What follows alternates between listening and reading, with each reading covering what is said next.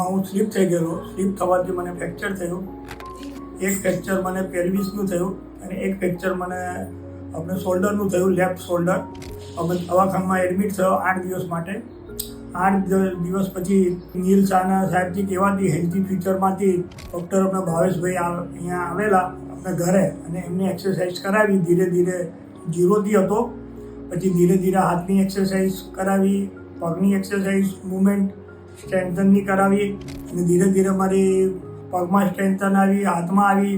કે એમને મને એક્સરસાઇઝ એટલી સરસ કરાવી કે સાહેબે મને કીધું કે ભાઈ ફૂલ લોડની છૂટ આપી. એ દિવસે મને કીધું કે તમે ચાલો. તો હું 10 સ્ટેપ ચાલ્યો. તો સાહેબે કીધું કે તમે બોલો મેં ઘેરેથી બોલો પ્રેક્ટિસ કરીને આવ્યા છે. ના મેં સાહેબ ઘેરે મેં અત્યાર સુધી પ્રેક્ટિસ નથી કરી. અમારા મેં ફિઝિયોથેરાપિસ્ટ છે, એમની બધી કૃપા છે, એમની બધી મહેનત છે. આજે હું